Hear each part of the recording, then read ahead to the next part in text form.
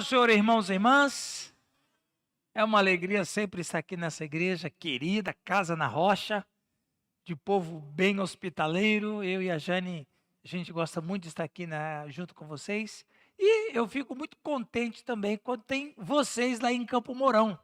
A última vez, a penúltima vez, foi uma leva, né, pastor Giovanni? Foi uns 10 para lá. Foi muito bom. Agora, na outra terça, vamos ter mais um fascículo, né? É dia 22. Isso. Então, terça-feira, dia 22, nós vamos ter os últimos dias de curso. Quem quiser participar, pastor Giovanni disse, procura ele depois, né? Vai ser uma benção. Quantos que estão aqui, que já teve pelo menos uma vez do CETEL assistindo o curso, levante a mão.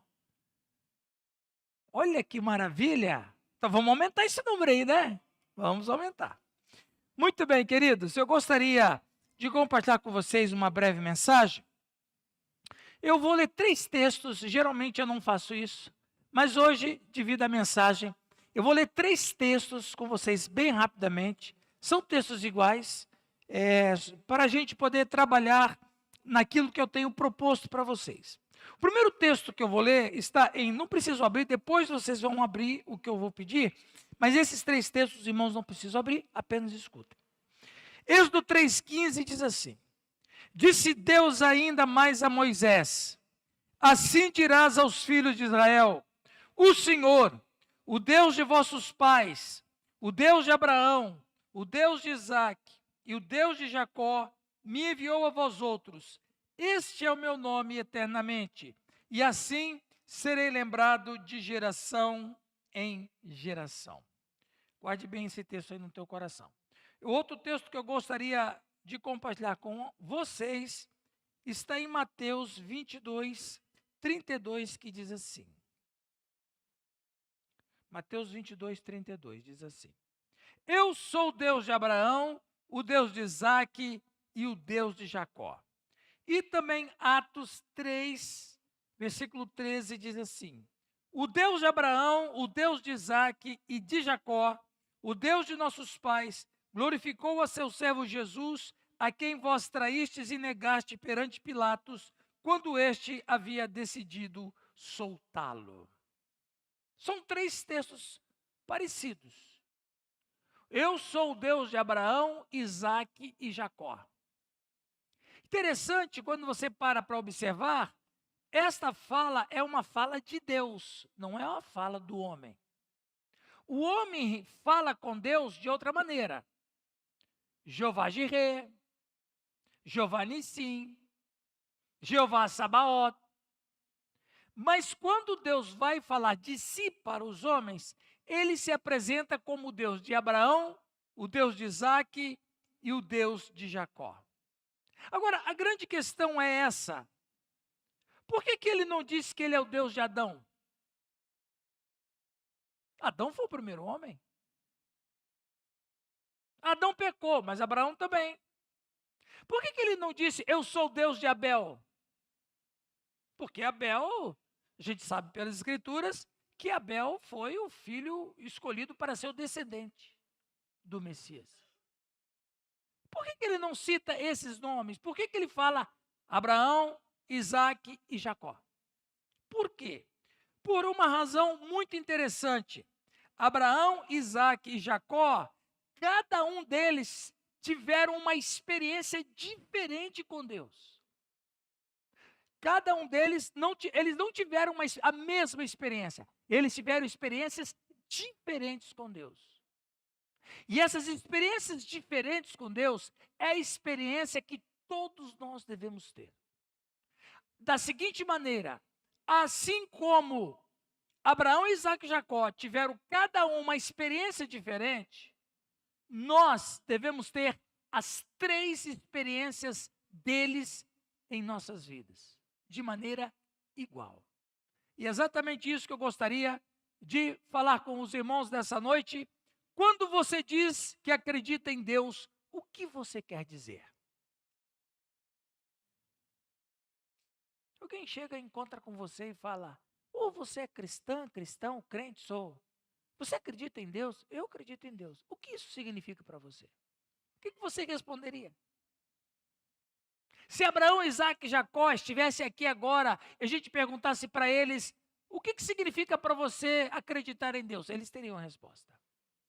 Eu gostaria, nesta noite, neste momento, compartilhar com vocês as 3 experiências que eles tiveram e que são experiências que todos nós devemos ter na nossa vida. Vamos lá? Vamos descobrir isso? O pastor Giovanni já orou, acredito que Deus já ouviu a oração. Primeiro, Abraão. Abraão teve a experiência da fé. Abraão teve a experiência da fé. Eu gostaria de ler um texto com vocês, em Hebreus, agora sim, vocês, por favor, abram o livro da palavra de Deus de Hebreus.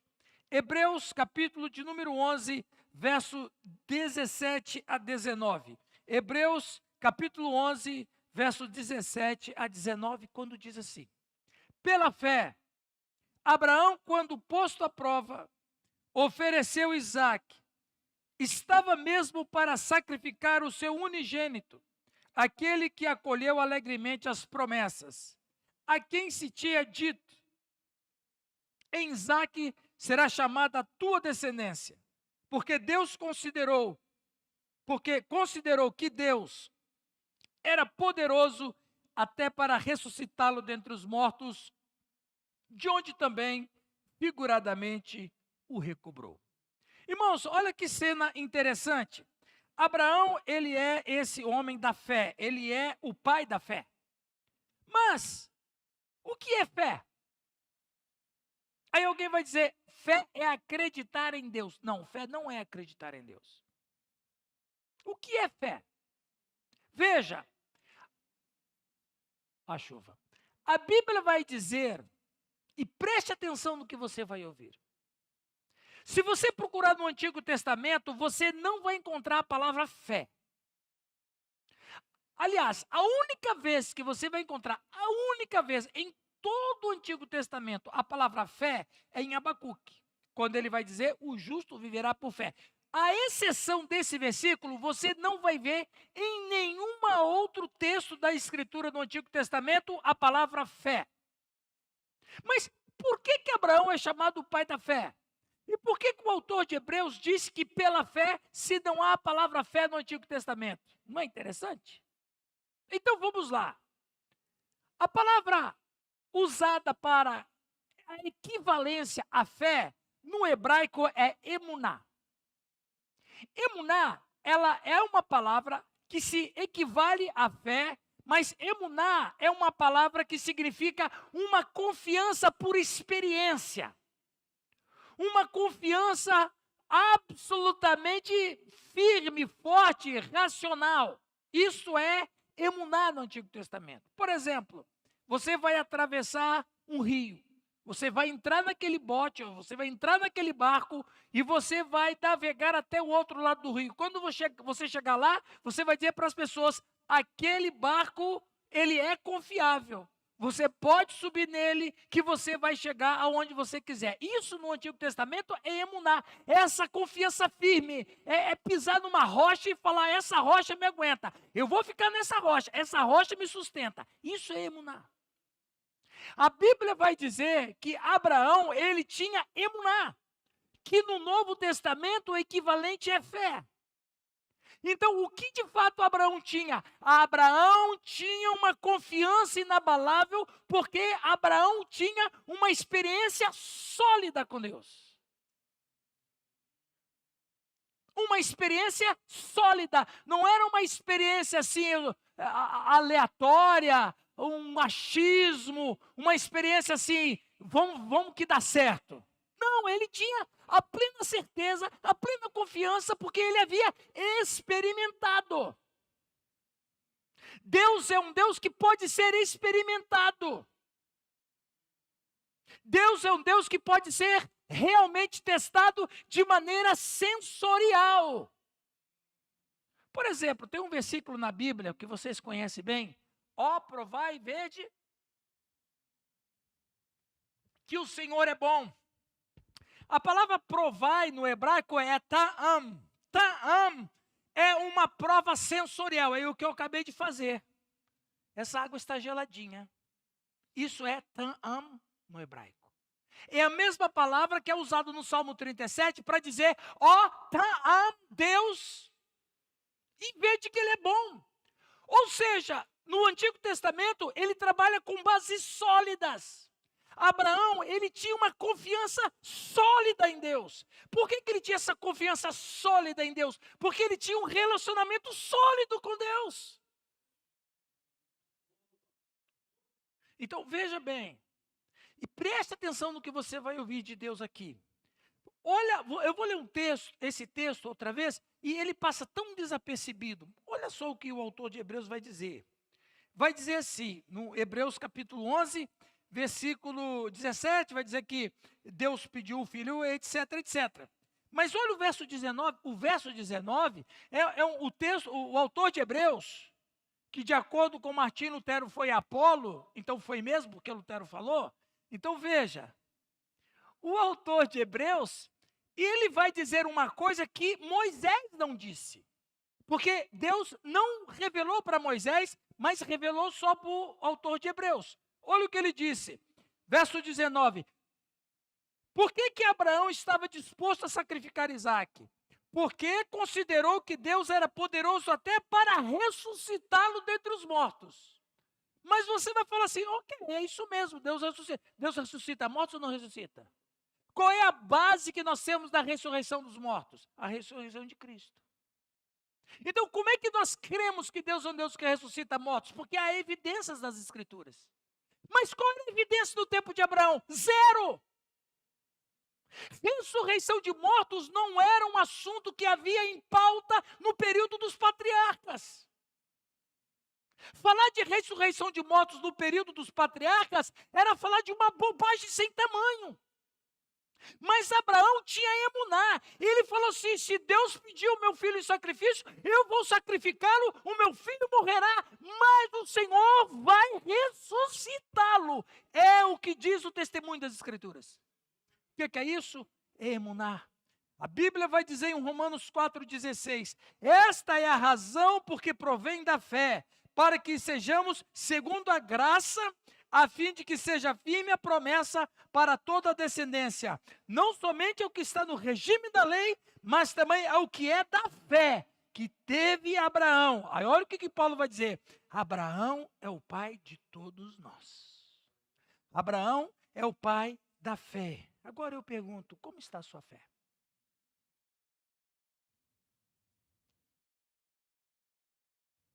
Será que a gente tem uma fé absurda como a fé de Abraão? A experiência de Abraão é a experiência da fé. Ele podia confiar em Deus.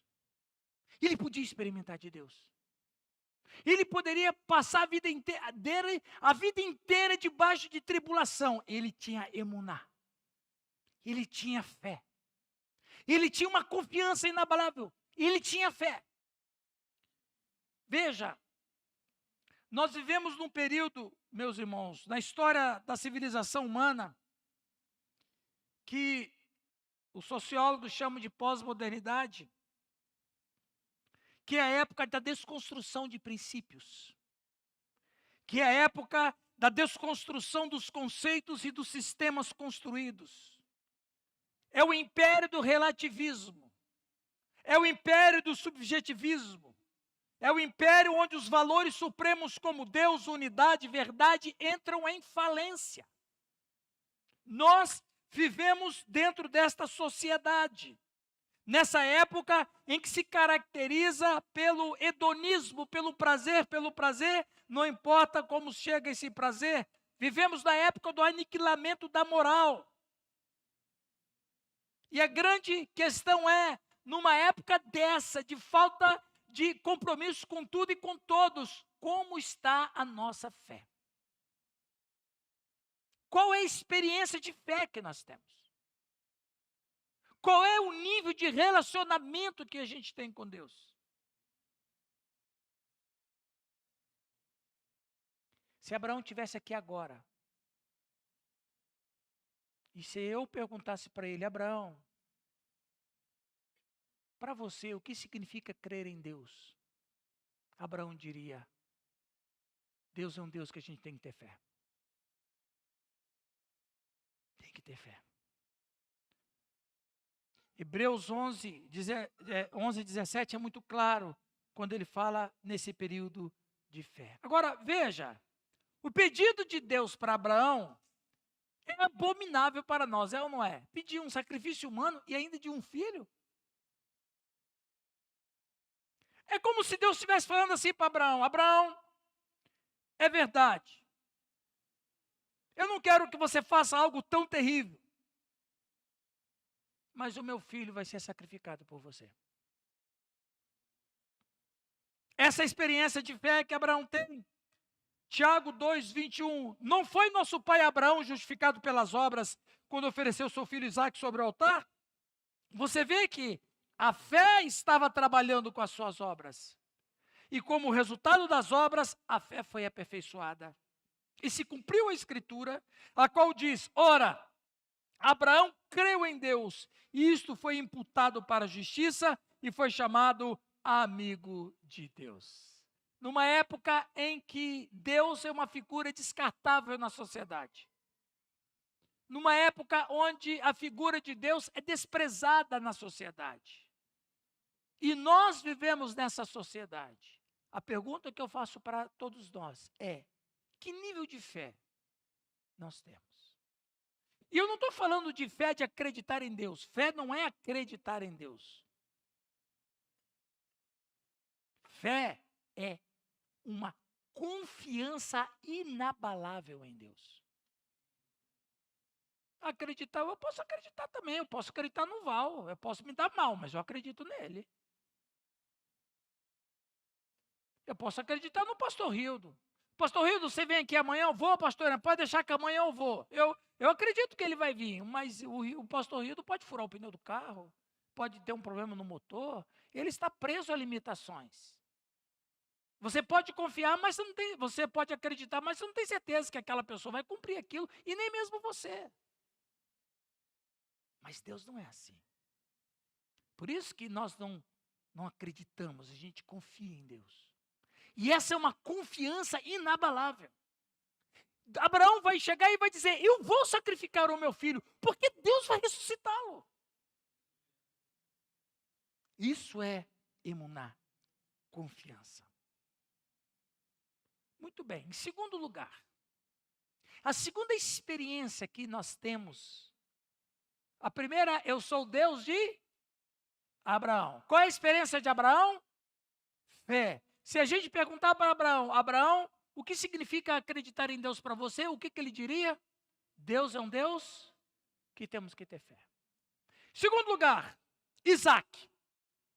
Isaque, ele tem a experiência da obediência. Vamos ler Gênesis 22. Vamos voltar lá para o Antigo Testamento. E a gente vai ler Gênesis 22. E nós vamos encontrar o seguinte a partir do verso de número 7.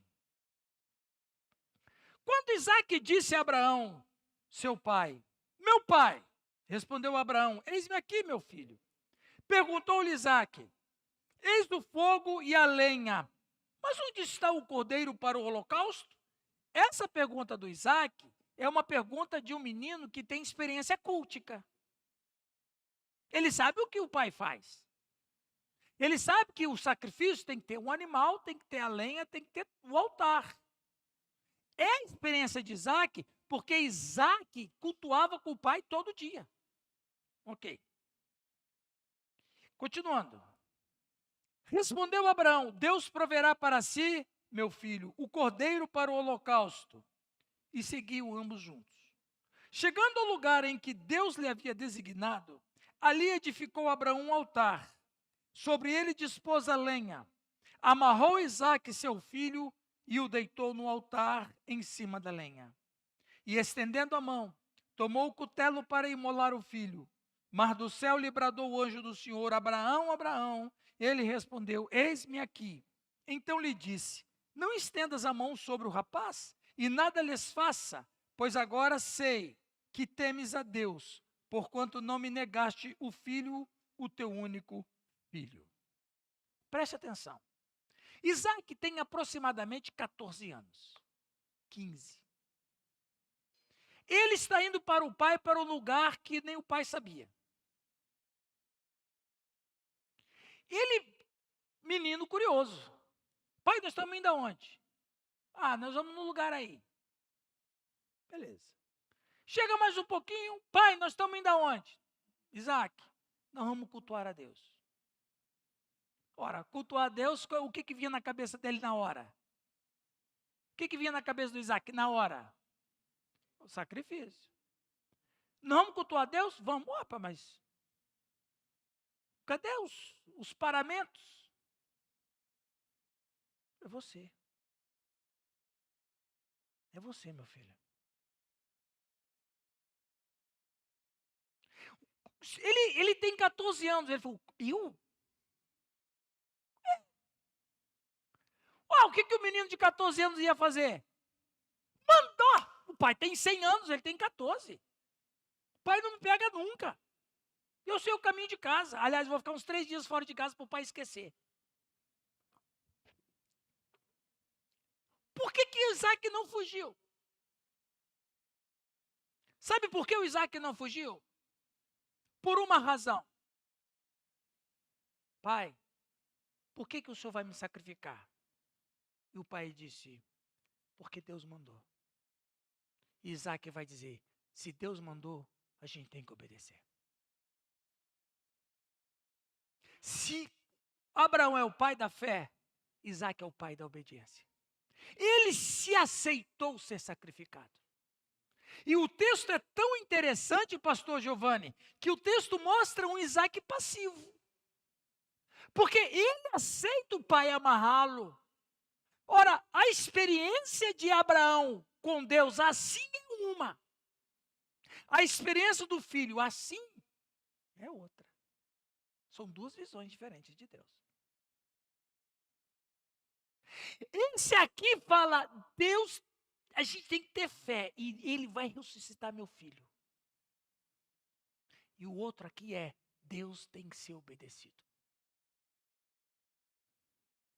Ora, irmãos e irmãs, até que ponto a gente obedece a Deus? Agora eu quero dar uma palavra sobre obediência. O que é obediência? Obediência não é só cumprir uma ordem. Obediência não é só cumprir uma missão. Não. A obediência vai além disso. Obediência é fazer algo que você não quer fazer, mas quem deu a ordem é alguém que você ama. Isso é obediência. Vou dar um exemplo prático. Qual filho, adolescente ou jovem que gosta de lavar louça, levante a mão. Não estão, né? Nenhum filho gosta, ou pelo menos a maioria não gosta de lavar louça. Mas por que faz uma coisa que não quer fazer? Por uma razão. Quem deu a ordem é quem me ama. Isso que é obediência, é fazer uma coisa que você não quer fazer, mas quem deu a ordem é alguém a quem há relacionamento de amor. Então você obedece. Ora, isso é obedecer. Nós não queremos obedecer a Deus em nada, porque Deus só dá a ordem que a gente não quer. Perdoe os seus inimigos. Quem quer perdoar inimigo? Quem quer perdoar corintiano? Me responda uma coisa dessa. Só uma pausa aqui. Na época da pandemia, no auge da pandemia, um amigo meu falou assim, pastor, esse Covid aí, ele é sinal da volta de Jesus. Eu falei, é sinal da volta de Jesus. Jesus falou que vai ter doença. Esse é um dos sinais da vinda de Jesus. Ele todo assustadão. Ele falou, mas esse Covid vai voltar? Eu falei, vai. E forte. Só que tem uma diferença. O Covid que vai vir só vai pegar em corintiano. Aí ele, crente aos pais. Né? Mas é só uma brincadeira, né? Então, ninguém quer obedecer a Deus. Deus só dá ordem que a gente não quer. Por que ele não deu a ordem de amar quem a gente ama? Não vale. Para Deus não vale. Jesus até falou: "Ó, se você ama o que eu vos amo, não tem graça nenhuma, é obrigação sua, é isso aí mesmo." Por quê? Porque a obediência, ela vai além da nossa vontade. Ora, quando o nosso querido personagem Isaac, ele vai junto com o pai para o culto, e lá ele fica sabendo que ele vai ser o sacrifício, ele aceita de coração, por quê? Porque ele entende que Deus tem que ser obedecido mesmo.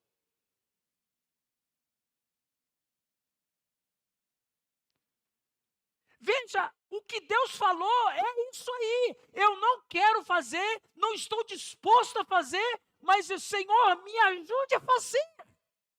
Isso é obediência. Veja, vivemos numa geração que não tem mais temor a nada. Vivemos numa geração que ninguém teme mais o pai, a mãe, o professor. Vivemos numa geração que ninguém ouve mais o pastor, o padre. Vivemos numa geração que não está nem aí para Deus. Me desculpe o termo chulo que eu vou falar agora. Para muitos de nós, o que Deus fala não fede nem cheira. Há um texto na Escritura que diz assim, pela boca do profeta Jeremias: "Assim diz o Senhor, ponde-vos à margem do caminho e vede, perguntai pelas veredas antigas, qual é o bom caminho? Andai por ele e acharei descanso para a vossa alma." Então, Jeremias, Deus está falando, Jeremias, põe no caminho, fala para as pessoas o caminho que se deve seguir, e fala para as pessoas, ó, esse caminho é o caminho onde você vai encontrar descanso para a sua alma. Mas eles dizem, não andaremos. Não queremos esse caminho. Mas também pus a atalaia sobre vós. O que fazia um atalaia? O atalaia ficava na torre de vigia, quando ele via alguma movimentação, tocava a corneta. Também pus a atalaia sobre vós, dizendo, estais atento ao som da trombeta. Mas eles dizem, não escutaremos. Como é possível ter um coração tão duro com Deus assim? Essa falta de obediência. Tem outro ainda. Eu descobri que na Bíblia nós temos um profeta nordestino. E é da Bahia. Sabe o que eu disse? É verdade. O nome dele é Sofonias, porque ele tocava sanfona. O profeta Sofonias, olha o que diz o conterrâneo do pastor Rildo. Sofonias: naquele dia eu vou pegar lamparinas e revistar a cidade de Jerusalém. Castigarei todos os que estão tranquilos e satisfeitos. Os que pensam assim, o Senhor Deus não vai fazer nada, não vai salvar nem castigar. Veja bem, olha o que as pessoas estavam dizendo. Olha, o Senhor disse que se a gente não obedecer a sua palavra, Ele vai vir e vai punir a gente. Aí uma turma dizia o quê? Vai nada. Deus não vai fazer isso não. Deus não vai nem salvar, nem castigar. Deus não vai fazer nada. Mas para Isaac, Deus tem que ser obedecido. Irmãos, a igreja de Jesus Cristo precisa ser uma igreja que tenha a experiência de Isaac. Se a gente não tiver a experiência de Isaac, se nós não formos uma igreja que obedece a Deus, fecha a porta, pastor, acaba com esse ministério. Acaba.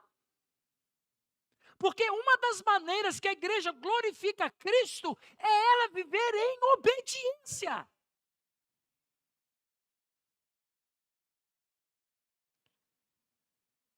A minha esposa gosta do Isaac. Tanto é que a gente deu o nome no nosso segundo filho de Isaac. O Isaac, se você olhar a história da Bíblia, tirando esse fato aqui, Isaac é um sujeito assim, que passa a vida sem graça. Ele não tem problema. Ele não tem ninguém que persegue ele, que faz guerra contra ele. Ele tem um problema com o vizinho. Mas aí todo mundo tem problema com o vizinho. Não é verdade? Ele cavava um poço, o vizinho vinha e entulhava, vizinho dos infernos aí. Ele não arranjava confusão com o sujeito, ele era de boa. Não é? Ele vai cavar outro poço em outro lugar, dá água. Aí vai os outros vizinhos de lá e joga entulho no poço. Ele não caça confusão. Aliás, a minha esposa tem uma mensagem maravilhosa sobre isso. A próxima vez é ela que prega daí, viu? A próxima vez é ela que vai pregar. Ela vai falar, como é que é o nome lá? O melhor professor, o poço. Mensagem dela, muito boa. Ele vai para cava outro poço e dá água. Percebe? A bênção persegue Isaac. Ele não vai atrás da bênção. É a bênção que vem atrás dele. E por quê? Porque ele é obediente. A bênção de Deus persegue quem obedece a Deus. Às vezes as pessoas acham que bênção de Deus é um passe de mágica. Bênção de Deus é um trato que você faz com ele. Bênção de Deus vem através de voto. Não! Bênção vem quando a gente obedece. Isaac, quando você diz que acredita em Deus, o que significa para você? Ele vai dizer, Deus é um Deus que tem que ser obedecido. Pai, pode me amarrar. Pode me sacrificar. Eu não acho que eu sou digno, mas se Deus mandou, vamos obedecer a Deus. Percebe como pai e filho trabalham diferente com Deus? Um tem fé, o outro tem obediência. Deus está falando com você? Para terminar esse ponto, Isaac e Jesus foram filhos unigênitos. Isaac e Jesus foram nomeados por Deus.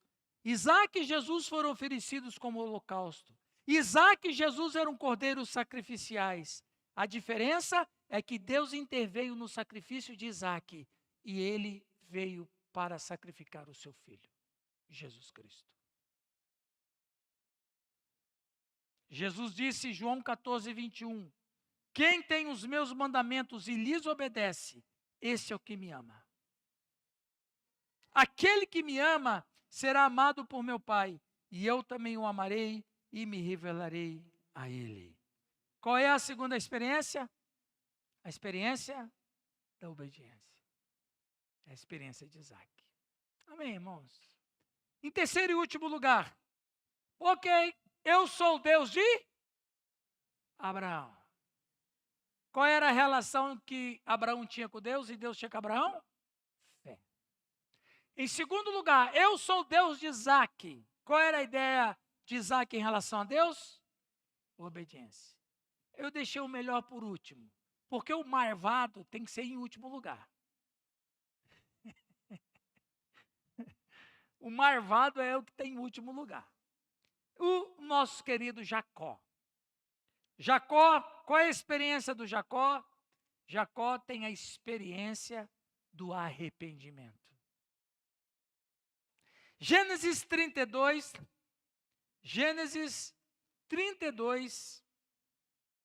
versículo 28. Levantou-se naquela mesma noite, tomou suas 2 mulheres, suas 2 servas, seus 11 filhos e transpôs o val de Jaboque. Tomou-os e fê-lo passar o ribeiro, fez passar tudo o que lhe pertencia, ficando ele só, e lutava com ele um homem até o romper do dia. Vendo este que não podia com ele, tocou-lhe na articulação da coxa, deslocou-se a junta da coxa de Jacó, na luta com o homem. Disse esse, deixa-me ir, pois já rompeu o dia. Respondeu Jacó, não te deixarei ir, se não me abençoares. Perguntou-lhe, pois, como te chamas? Ele respondeu, Jacó. Então disse, já não te chamarás Jacó, e sim Israel, pois como príncipe lutaste com Deus e com os homens e prevalecesse. Preste atenção.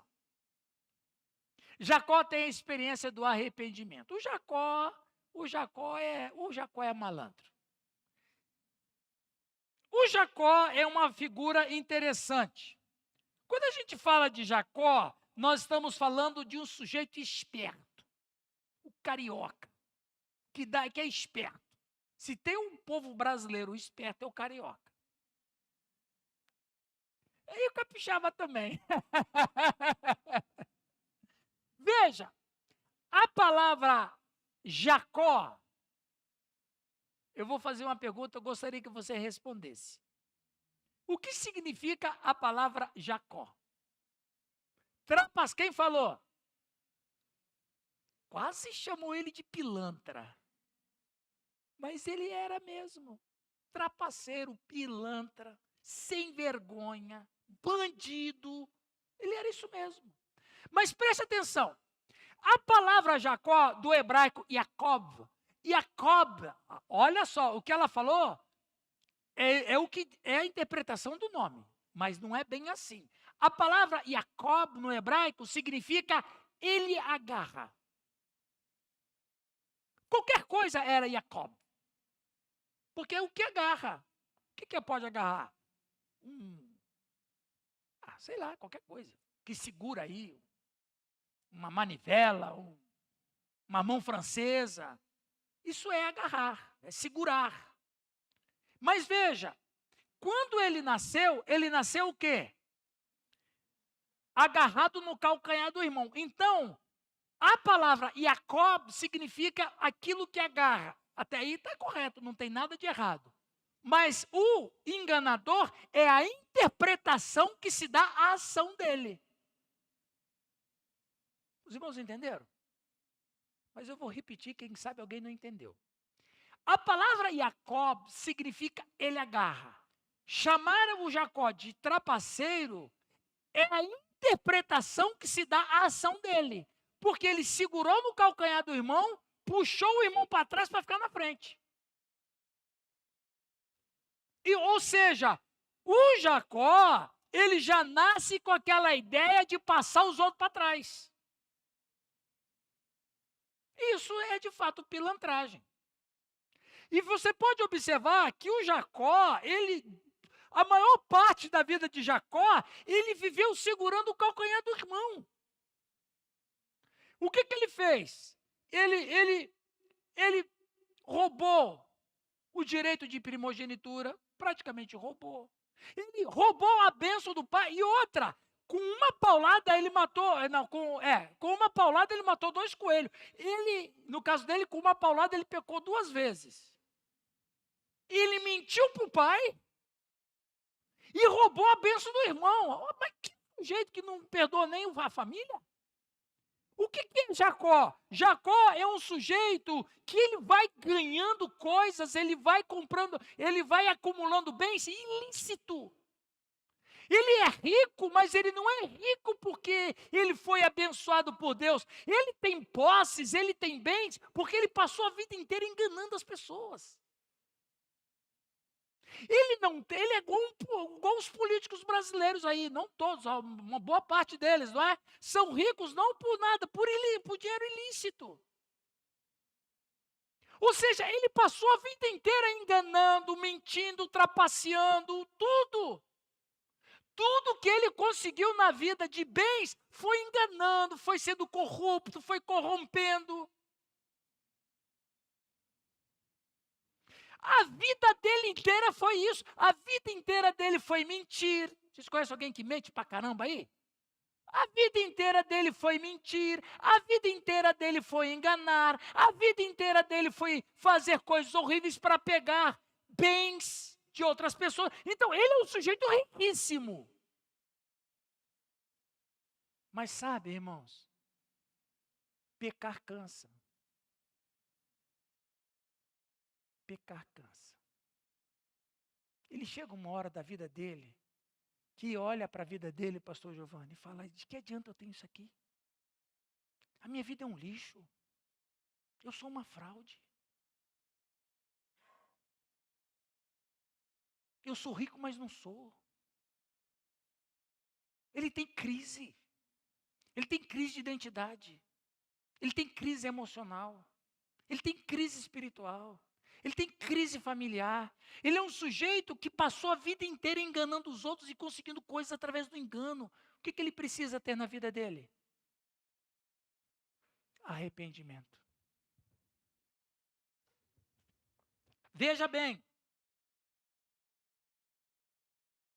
ele chega um momento na vida dele que ele não aguenta mais a vida que ele leva. Ele olha para a vida dele e fala assim: a minha vida é um lixo.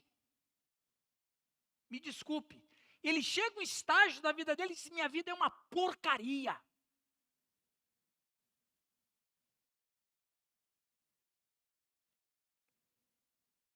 Eu preciso de me arrepender. Olha o que Jesus disse em Lucas 5,32. Não vim chamar justos, e sim pecadores ao arrependimento. Atos 3,19. Arrependei-vos, pois, e convertei-vos para serem cancelados os vossos pecados. Atos 20:21, testificando tanto a judeus como a gregos, o arrependimento para com Deus e a fé em nosso Senhor Jesus Cristo.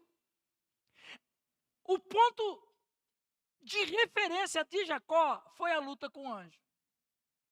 Agora eu pergunto para vocês, por que Deus mandou um anjo lutar com Jacó?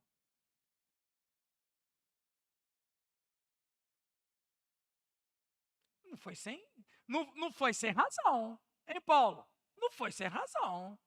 Deus não falou assim: vai lá lutar com aquele infeliz pecador lá. Não. A Bíblia não diz, mas fica implícito que ele estava buscando arrependimento. Quando que aconteceu isso? Quando ele foi encontrar com o irmão dele. Porque ele só trapaceou o irmão, ele só enganou o irmão, ele mentiu para o irmão, ele trapaceou com o irmão, ele enganou o pai, ele fez o diabo. Agora ele está arrependido, ele vai se encontrar. Ele é um cara quebrantado. Agora olha que interessante, ele está lutando com o anjo, e no verso 26 ele diz assim, ó: disse este, deixa-me ir, pois já rompeu o dia. Respondeu Jacó: não te deixarei ir, senão... Mas abençoado o que se ele tinha tudo? Abençoado o que se ele tinha bens? Abençoado o que se ele tinha gado? Se ele tinha ovelha? Se ele tinha terreno? Que mais o Jacó queria? Ele só queria uma coisa. Qual era a benção que ele queria? Hã? O que ele queria? Perdão.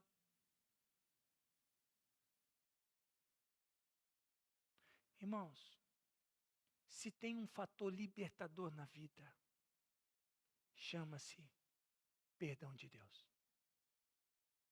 A gente pode viver o que quiser. A gente pode ter o que tiver. Se a gente não tiver o perdão de Deus, a gente não tem nada. Jacó tinha tudo o que queria e tinha 2 mulheres.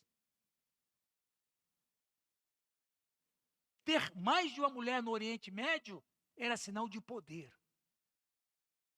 Mas ele não tinha o que era mais precioso. O que ele precisava? Perdão. E o perdão de Deus chega a nós através de uma resposta que a gente dá. Qual é a nossa busca? Arrependimento. E ele fala com o anjo: não te deixarei ir se não me abençoares. Aí tem uns irmãozinhos muito queridos, muito amados, que falam assim: por que você tem que segurar o anjo mesmo? Para ele te abençoar. Mas está falando de bênção material, né? Oh, meu Deus, Deus, tem misericórdia desses irmãozinhos que pregam isso. Aliás, tem até uma musiquinha que a gente cantava: Jacó segurou um anjo, amarrou um anjo e não deixou. Você lembra dessa música? Mas a gente canta essa música, a gente canta essa canção num contexto assim de bênção material. Se Jacó ressuscitar hoje, vocês estão cantando essa música para ter bênção material, então vocês não sabem o que aconteceu comigo. Não era isso que eu queria do anjo. Eu queria perdão. Agora, olha que coisa interessante, meus irmãos. Olha lá. Versículo 28. Então disse: já não te chamará Jacó, e sim Israel, pois como príncipe lutaste com Deus e com os homens e prevaleceste. Aí eu falei: mas ele lutou com Deus e Deus perdeu para ele? Não. Vamos lá. lutaste com Deus e com os homens. Ou seja, ele lutou para ter o perdão de Deus. E ele lutou para ter o perdão do irmão. Os homens que o texto está se referindo aqui é o irmão. Alguns dias antes, ele já tinha se reconciliado com o irmão. Agora ele tinha que se reconciliar com Deus. Lutaste com os homens e com os anjos e prevaleceu. Prevaleceu com Deus e os homens? Não, prevaleceu com ele mesmo. Quem é o objeto do texto? Quem é o objeto principal? É ele, não é Deus nem os homens. Então quem que prevaleceu? Jacó prevaleceu contra quem? Contra ele mesmo. Porque ele venceu a si e venceu os seus pecados. Com os homens e com Deus. Aí, o que acontece com o anjo? Você está arrependido mesmo, viu, Jacó? Então, deixa eu te dar uma marquinha.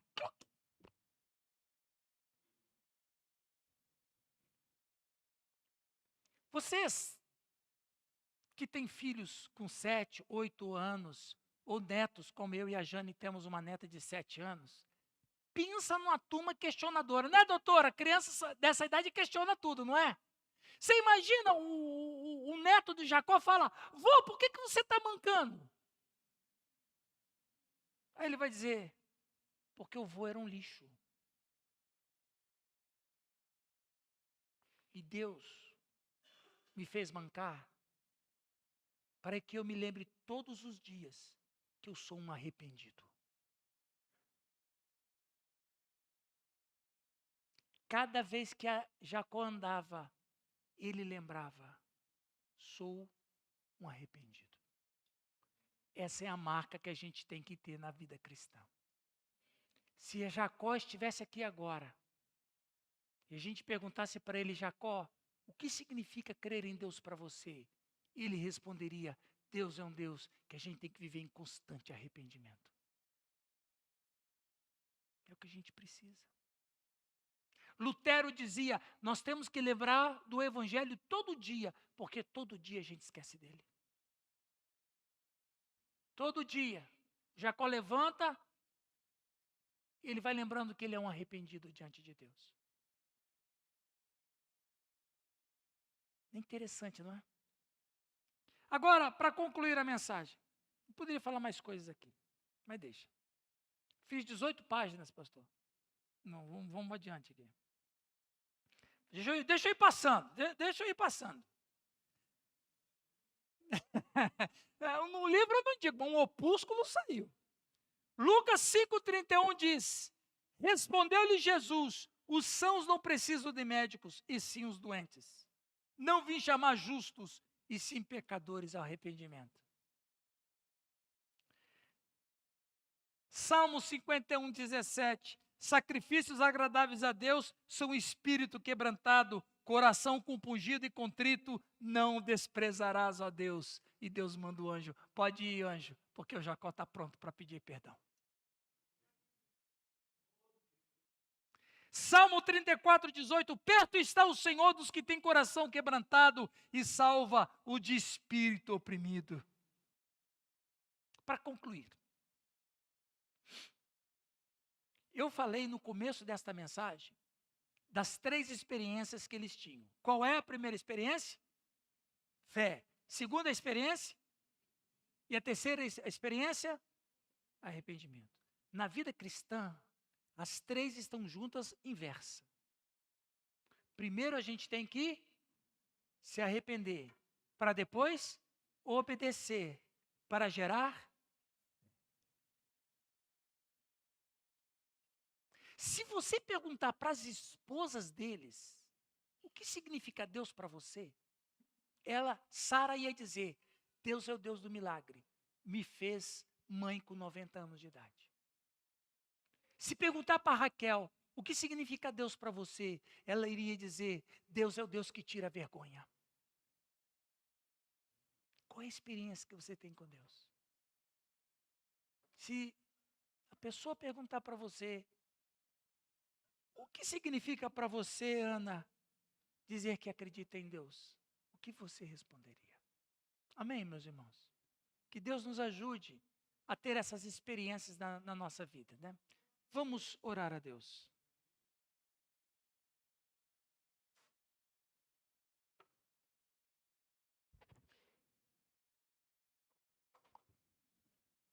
Senhor, nós te agradecemos nessa noite pela sua palavra, Senhor.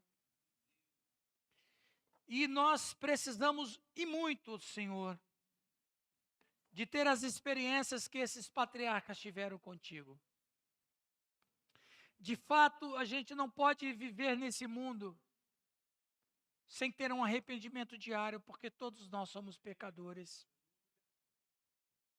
Nós não podemos viver nesse mundo sem obedecer a Ti.